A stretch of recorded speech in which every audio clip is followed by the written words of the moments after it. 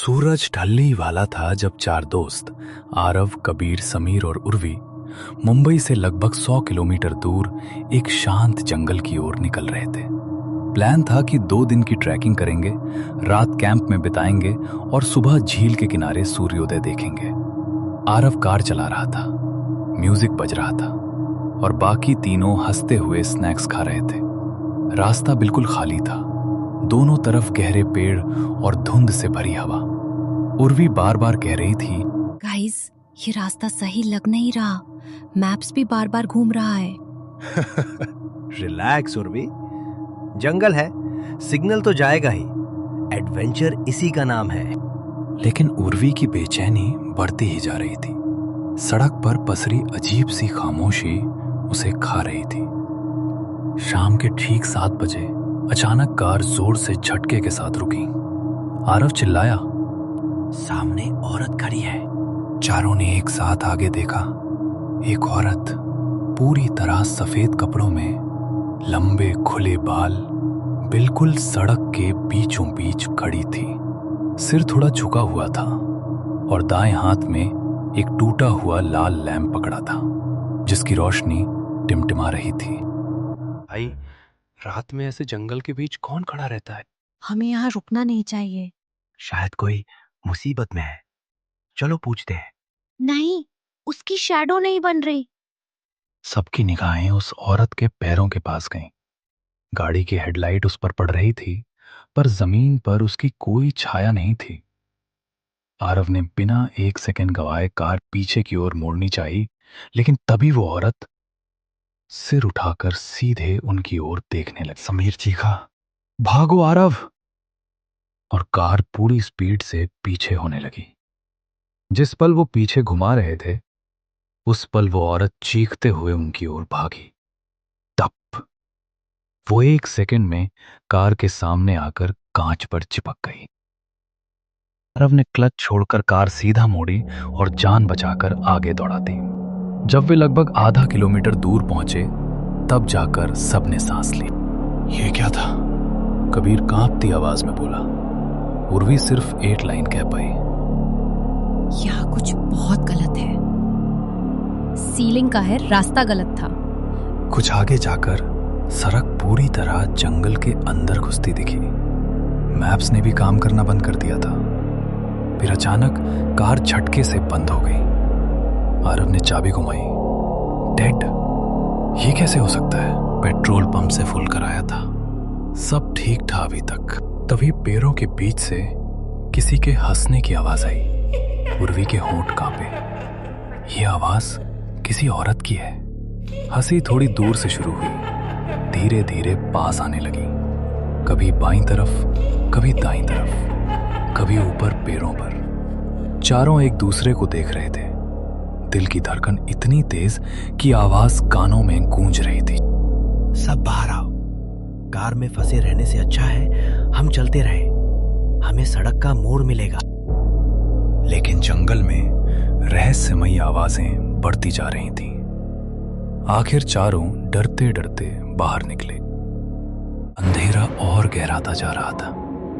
पेड़ों की शाखाएं हवा के साथ अजीब आवाज करती, मानो कोई फुसफुसा रहा हो। 20 मिनट चलने के बाद उन्हें एहसास हुआ रास्ता खत्म हो गया है। सड़क अचानक गायब थी, सिर्फ पेड़ों का घना झुरमुट। पेड़ों के बीच वही सफेद कपड़ों वाली औरत, लेकिन इस बार उसका चेहरा पूरा सड़ा हुआ था। गालों से मांस लटक रहा था और आंखें अंदर धसी हुई। उसने एक लंबा कदम बढ़ाया और एक आवाज निकाली, ये जंगल किसी को नहीं छोड़ता। और फिर वो अचानक गायब हो गई। मैंने कहा था ना, वापस चलते हैं। लेकिन वापस कौन सा रास्ता था? हर तरफ सिर्फ काले पेड़। उसी क्षण हवा तेज हुई और पेड़ों के ऊपर कई परछाइयां हिलती दिखाई दी, मानो कोई बहुत सारे लोग पेड़ों पर चढ़े हुए हों। उन परछाइयों की आंखें हल्की चमक रही थी। आरव सिर्फ यही बोला, ये जंगल इंसानों का नहीं है। आधे घंटे बाद उन्हें दूर एक लाल रोशनी दिखाई दी। चारों भागते हुए वहां पहुंचे। एक छोटा सा पुराना तंबू था और बाहर एक बूढ़ा आदमी आग जला रहा था। वो उन्हें देखकर बोला, तुम लोग इस जंगल में क्या कर रहे हो? सर, हम रास्ता भटक गए, हमारी कार भी बंद हो गई। बूढ़े आदमी का चेहरा अचानक गंभीर हो गया। क्या तुमने उसे देखा? किसे?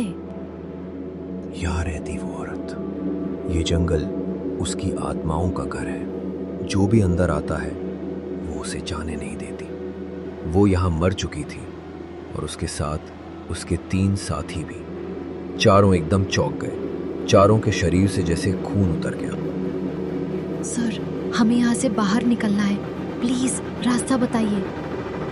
एक ही रास्ता है, भाग सको तो भाग जाओ, क्योंकि वो तुम्हें अभी देख रही है। तंबू वाला बूढ़ा आदमी हवा में गायब हो चुका था। भागो! चारों चीखते हुए भागे। पहले आरव, फिर उर्वी, फिर समीर और कबीर सबसे पीछे। लेकिन कुछ देर बाद कबीर की चीख आई। कबीर को किसी अदृश्य ताकत ने पेड़ से उल्टा लटका दिया था। उसके गले पर किसी के नाखून के निशान बन रहे थे, पर उसका शरीर हवा में झटकों के साथ ऊपर उठा दिया गया और फिर एक जोरदार आवाज के साथ धड़ाम वो बेहोश होकर जमीन पर गिरा पड़ा। सबसे डरावनी बात, कबीर की गर्दन पर वही लैंप का निशान था जो उस औरत के हाथ में था। समीर ने उसे उठाया और बोला, बहुत देर तक भागते रहने के बाद आखिर उन्हें पानी की आवाज सुनाई दी। झील, वो रहा जंगल का आखिरी मोड़, आरव चिल्लाया। कहा जाता था कि झील पार कर लें तो जंगल खत्म, पर वहां एक पुराना लकड़ी का पुल था, टूटा हुआ। आरव ने कहा, रिस्क लेना पड़ेगा। चारों कबीर को पकड़े हुए पुल पर कदम रखने ही वाले थे कि पीछे से वही भयानक चीख गूंजी। औरत हवा में तैरते हुए उनकी ओर बढ़ रही थी। चेहरा फट चुका था, बाल लहराते हुए, और उसकी आंखों से काला धुआं निकल रहा था। प्लीज हमें जाने दो, हम कुछ नहीं चाहते। औरत बस एक बात दोहराती रही, कोई नहीं निकलता। आरव बोला, हमें आगे बढ़ना होगा, नहीं तो हम सब मर जाएंगे। जैसे ही चारों ने पुल पार किया, वो औरत पीछे उड़ती हुई गायब हो गई। कुछ देर बाद वे चारों सड़क के किनारे पहुंचे। लोग आज भी कहते हैं, जो भी उस जंगल में गया वो कभी वापस न लौट सका।